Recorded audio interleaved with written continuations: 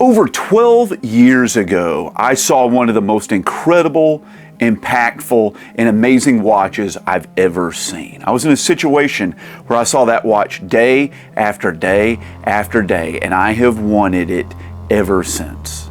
The image of that watch was burned into my brain, and I swore I would get one. The only problem is, that watch doesn't even freaking exist. I'm RNG, I do a gaming YouTube channel. Video games are very important to me. I love watches as well, and I made this watch channel for the purpose of making this video.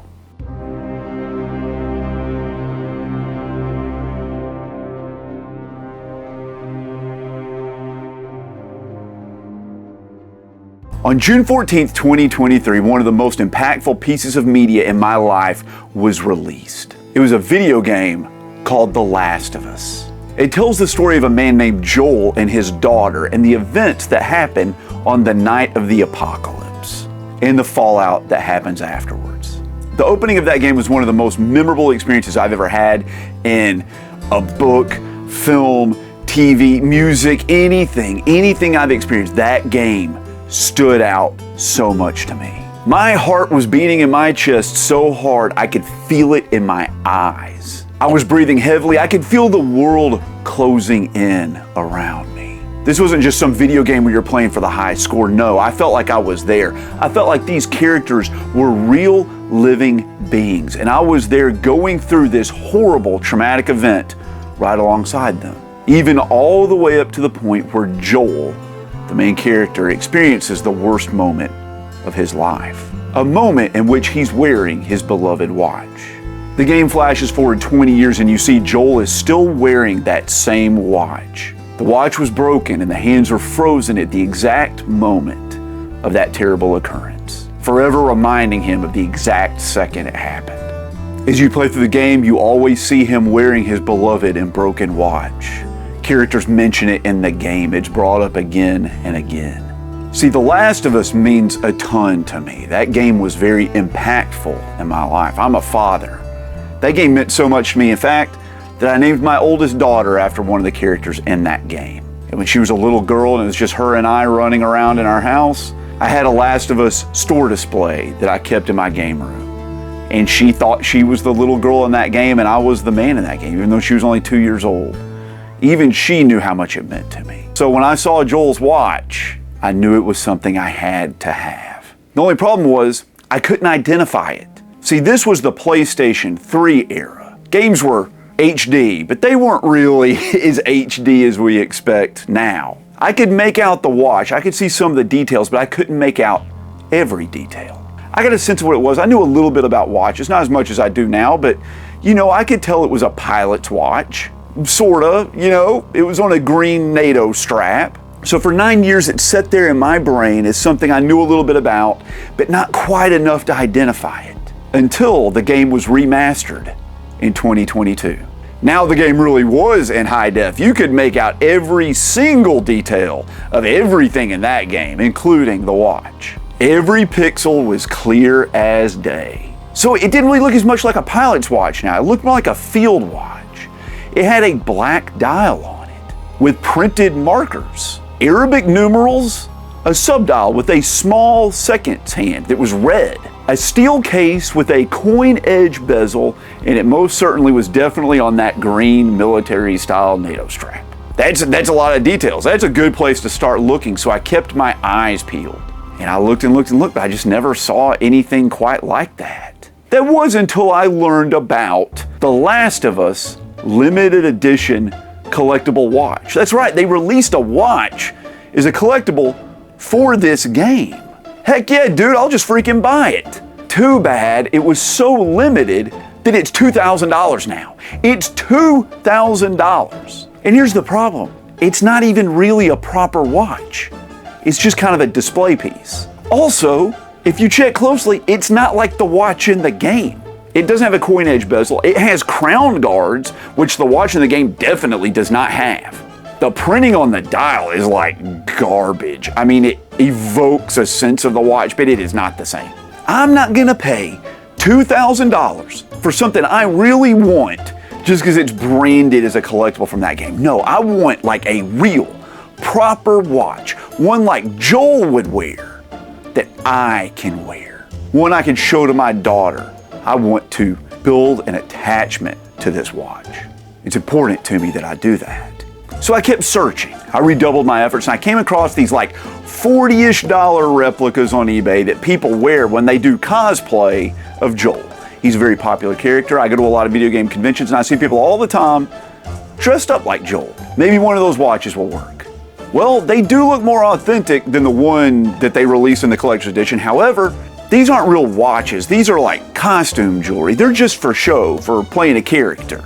A lot of them don't even run. As a matter of fact, that red second hand on the subdial, it's just painted on most of these. It's not even real. So the search continued until 2023, when an important milestone happened. That's when HBO decided they were going to release a TV show of The Last of Us. That's right, they turned the video game into a TV show. My wife knew how much that game meant to me, and she sat down and watched the show with me. And we both thought the first season was fantastic. What surprised though is how prevalent the watch was in the TV show. So much so that it was a major plot point in the first episode. At the beginning of the episode, Joel's watch is broken. It's just stashed away in a drawer. And his daughter decides for his birthday present, she's going to take it into town and get it fixed for him and re-gift it to him for his birthday. She takes the watch to a shop and you see the shopkeeper open up the case and you learn that the watch is not automatic. It's a quartz watch. It runs on a battery, which the watchmaker charges his daughter $20 to get fixed. But what's important is the information we can glean from this scene. First, we learn that the watch, like I said, it's a quartz watch. It's not a very expensive watch. It's not a Swiss-made mechanical watch. It's just some quartz watch he wore when he was in the military. But most importantly, we learn how much Joel sacrifices for his daughter. He works his butt off and he spends every single penny he makes taking care of his daughter. So much so he will not spend a single cent for himself. He won't even spend $20 to get the battery replaced in his beloved watch, because that'll take $20 away from his daughter. His daughter knows this. She decides to get it fixed for him. Sorry. We see the plastic spacer in the back of the watch, thus showing that it's a quartz watch. We also see that this variant of the watch doesn't have a coin edge bezel. It is just a smooth bezel around the watch, like a standard military field watch. The case also appears to be slightly larger. It's not 36, it's not 38, it's definitely at least a 40 millimeter case. It's a pretty robust watch, especially considering most military watches are a little smaller, at least traditional ones. This makes sense because when I originally played the game, I thought it was a pilot's watch because it was so big. Pilot's watches tend to be a little bit larger, and it makes sense. Joel's in the military, he would have a mil-spec watch. And it makes even more sense because according to the game, Joel and I are exactly the same height. He and I have a very similar build. We both have gray in our beards. I know what a 36 millimeter watch looks on my wrist. This ain't it, buddy. This is a 40 mil watch plus. It's no bigger than 42 millimeter. Between the video game and the TV show, most of the rest of the watch is exactly the same. Green NATO, printed dial with Arabic numerals on it. A sub-dial with a small seconds hand in red. Either a coin edge or a smooth edge bezel. That now is up in the air. But the watch has to be quartz. That's important to me. It's important in the TV show, and I think that needs to be a component of the watch. We know everything we need to know. Let's start looking. We'll look at the main manufacturers, we'll look at the indie manufacturers, we'll look at micro brands. By God, we're gonna find this freaking watch.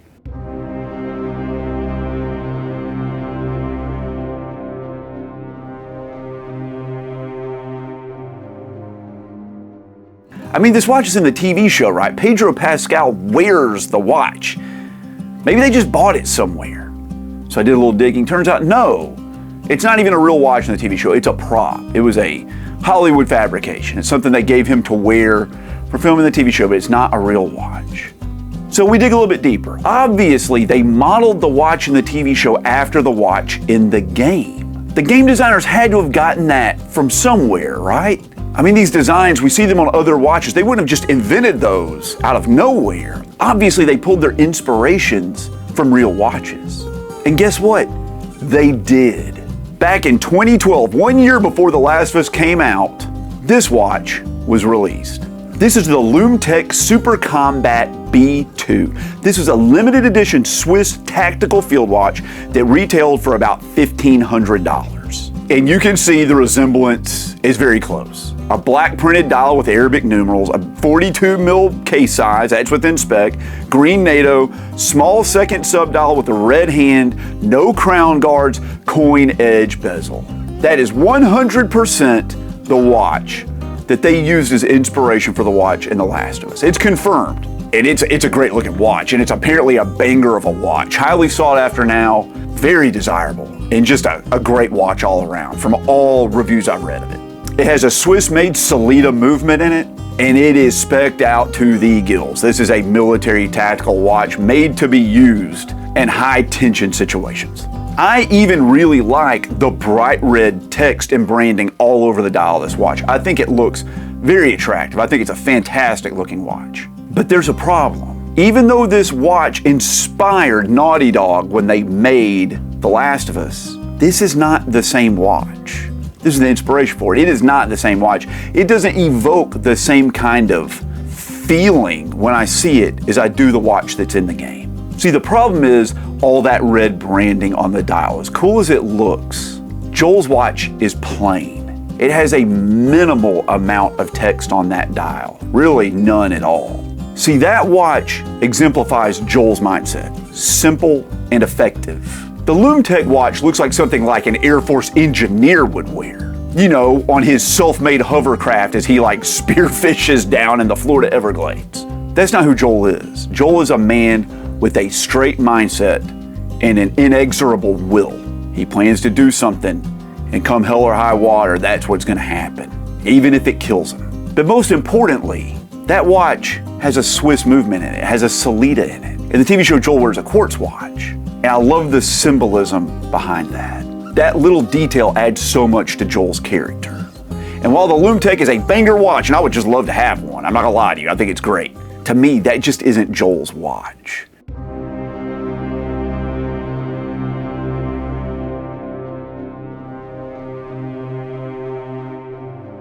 First, we need to know what type of watch Joel's watch most closely represents, and that's easy.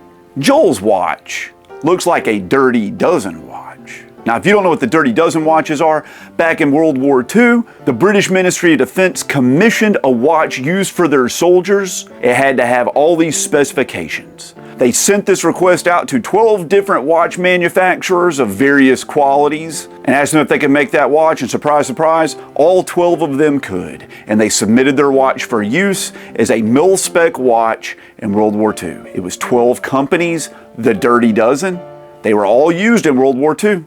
And Joel's watch, sure as crap, looks like one of those watches. Now, obviously, Joel being who he is, he's not rocking a highly sought after vintage World War II era watch. Plus, those watches were vintage. They were like 36mm. Not Joel's watch. We know it's bigger than that. But there are tons of micro brands and revivalist watch companies making Dirty Dozen style watches. I see them all over the place. Chinese AliExpress brands are making Dirty Dozen style watches. Surely there's something out there close to Joel's watch, right? Well, first thing you'll realize if you look at these, that there's some issues. Almost every single one of these watches, they're mechanical or automatic. They use Swiss-made movements, they use Japanese movements. That's gonna narrow it down a lot. It's gotta be quartz. It has to be a quartz watch. We've already addressed that most of these watches are trying to be like they originally were at 36mm, so we need something that's big enough. It's gotta be at least 40mm. Also, a lot of these watches just have a bunch of crap on the dial. They just got stuff, branding and markers and all kinds of, no, dude, Joel's watch is plain. The fewer the words, the better, just like Joel. Now, I did digging. I looked at every Dirty Dozen watch from every manufacturer I could find, looking for one that's over 40mm, one that's quartz, one that doesn't have a bunch of crap written all over the flipping dial. And it led me to AliExpress. Boltony makes a really nice looking Dirty Dozen watch that you can order with a sterile dial, no writing on the dial. Great. Only problem, it's 36mm. Now they make a variation of it that's 40mm or like 39.5. But you can't get it with the sterile dial. Also, it has weird cathedral hands. Those aren't the right kind of hands, okay? So frustrating, so frustrating. I contacted Baltony and asked them if they could make me the quartz 39.5 millimeter watch with the hands from the 36 millimeter watch and sterile, and they were just like, I might as well have been asking them to build me a nuclear bomb. They're just like, of course not. Who do you think you are? We couldn't even do that if we wanted to, and I don't know why.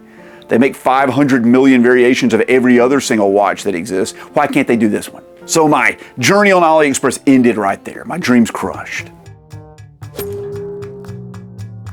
Until I started looking at micro brands, in which I discovered a watch. And when I say a watch, I mean one watch and only watch. From a micro brand here in the good old United States. They make a quartz Dirty Dozen watch in 40 mil, and it only really has one word on the dial. And that company is Vaer. And here it is. Here is the Vaer Dirty Dozen watch in quartz. Now you can also get this watch with a Swiss movement in it. That's not going to work for us. Now Vaer is a very reputable company based in the United States. They assemble all their watches here. They use an AmeriQuartz movement, which is made here in the United States. Everything they can get that's made in the United States, I think they use, but obviously we can't make any watches completely in the United States. We just don't have the factories for it. So some stuff I'm pretty sure is manufactured in China, and then they bring it here and put it all together. But still, they have a very good reputation.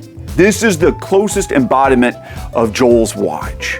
It's got to be the Vaer. That's the only option. But there's a glaring problem, a huge glaring problem, a bright red glaring problem. To me, the most striking feature of Joel's watch is the red seconds hand down in that subdial. It really makes the watch pop and stand out. I'm sure that's why they selected it for the video game. So I reached out to Vaer to see if there was any way in this world they could take their Dirty Dozen watch and put a red sub-seconds hand on it. And of course, they never replied. Never heard back from them. I was very upset about it. I really tried to sell them on this whole video, but they were not interested. They didn't, I don't think they even saw it. I don't know. So that leaves us with only one option left. We buy the freaking watch, we get it in, we open it up, and we paint the seconds hand ourselves. Sacrilege, I know, but we do what we have to do for the sake of art.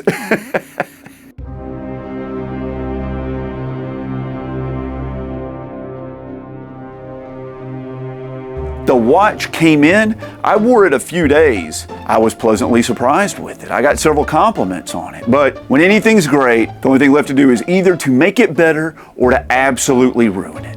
So we took the watch, we opened it up with our limited watchmaking ability. I mean, we've done a few repairs here and there. I'm no expert watchmaker. I can open a case and I can take out a movement safely. Then we removed the sub-seconds hand, put it on some Rodico, took our tester's paint pen, tested it on about 6 other things to make sure it was working, painted the hand, it came out great. Then unfortunately discovered you have to let it dry for freaking 72 hours, man. I've been chomping at the bit for this crap for like months, trying to get this watch ready, and I have to wait for paint to dry for 3 days. All right, so be it. The paint dried, pleasantly dust-free. We put the watch together, and now let's talk about it and review it. I'm proud to present to you Joel's watch from The Last of Us.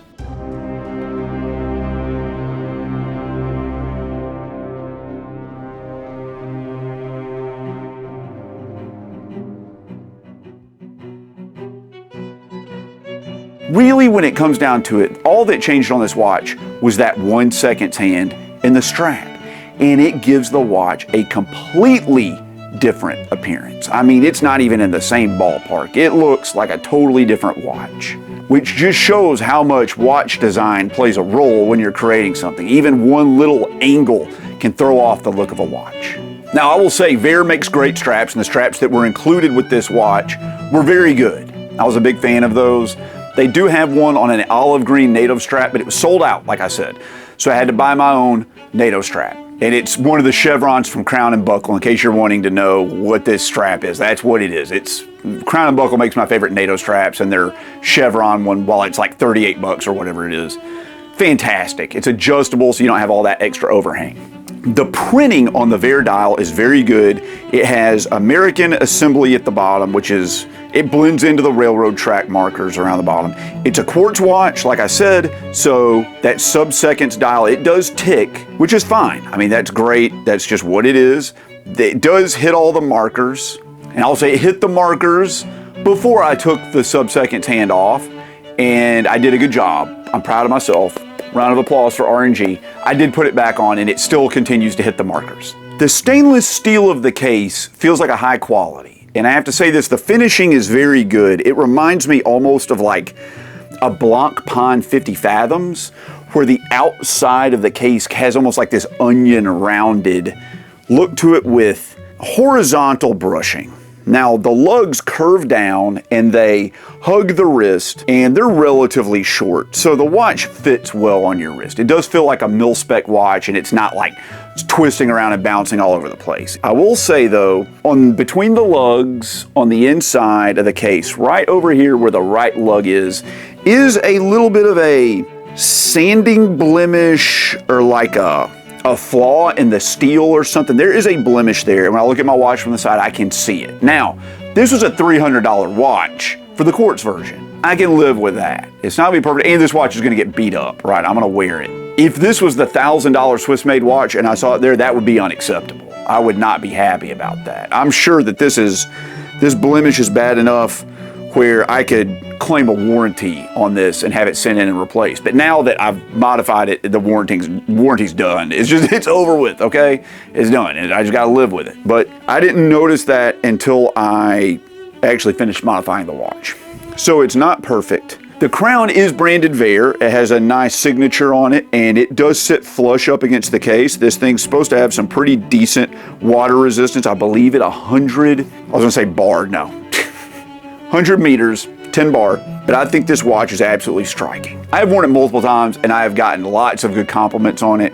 It looks very military, like the most military of military watches. When people see this, they're like, they think you like are currently in the military. I thought one guy was gonna be like, thank you for your service. But no, I would be pleasantly happy with this watch, even if I hadn't modified it. I would have gone with the Swiss movement if I wasn't specifically trying to recreate Joel's watch. It's important to me that it was quartz. I don't have anything against quartz, but I like the idea that, you know, it's an old World War II style watch. It has like a mechanical movement in it, because that's what they had back then. I would not hesitate to buy another Vaer mechanical watch, or like another Dirty Dozen watch, like a Vertex or something like that. I think it'd be really cool, but this fills that role, and I love this, and I love the part it plays. It does have some AR coating in it. It has that like blue sheen to it when you look at the top of it, which in the right light can make the watch harder to read. There is some sort of weird like horizontal brushing around the bezel that I have already bumped this watch, and that brushing, it's just like, it leaves a scuff, like a mark on it. Like, think of like an old vinyl record where it has like the concentric circles where they cut the grooves. Imagine like taking your fingernail and like just pushing down into those grooves, how they would like fall over and crumple in on themselves. The outer bezel of this watch feels kind of like that. Like I can feel the ridges when I grab my fingernail on it, and when you bump it, those just fold over. It's too good. Like, it's too concentric and it's too perfect. And it does give it like a nice little look to it, but that causes it to pick up damage easier. The finishing around the bezel, while it is a matte finish with this concentric circle thing, it has a different appearance to the finishing here. They're both matte, but it's like a different kind of matte. The outside of the case looks frosted, like bead blasted. Now I can see ridges in it, so I know it was sanded with like sandpaper like they do. And then there's like high gloss around the very edge of the bezel. It's an attractive case with lots of different finishing. I think they did a good job on it, other than that little spot on mine where they screwed up. I'm not gonna review this watch as I've modified it myself to give it a ranking, because like I messed with it. Like, it's my watch. To me, it's like a 10 out of 10. It's everything I've ever wanted, right? It's exactly Joel's watch. The Vaer watch, the quartz, at the $300 before I modified it, I would give it like an 8 out of 10. For a $300 quartz watch from an American company with like an AmeriQuartz movement in it that's, you know, kind of interesting, I think it's a well-made watch. It's an 8 out of 10. I would highly recommend it at $300. I can't speak to it at the $1,000 Swiss level, but there are plenty of reviews of that out online. But what do you guys think? Was this a worthwhile endeavor? Did I do a good job? Have you played The Last of Us? Because this watch meant everything to me. This was like at the tippy top of my wish list. And the fact that I was able to achieve that for $300 plus like $20 for materials for the paint pen and stuff, that's a pretty good deal. We're not gonna count the hundreds of hours of research I put into doing this and the fact that this video has taken months to make. Best $320 I probably ever spent on a watch. I'm thrilled with it, I love it. Tell me what you think down below. Now that I've debuted this video, I can start wearing this watch out to like video game conventions and stuff. Thank you for coming with me on this journey. This watch really does mean the world to me, and so do you. If you're here for my watch channel, thank you so much, I'm RNG. If you're here for my gaming channel, where I might actually promote this because it is gaming related, I am RNG Gamer. Thank you so much for being here and sticking with me through this. It's been a pleasure talking about this with you. If you haven't already, you think I've earned it, do that for me. Subscribe to the channel. That's the best way really to help me, the YouTube algorithm. That lets YouTube know you want to see more of my content. And maybe if you do, other people will too. Appreciate each and every one of you guys, and I'll catch you in the next video.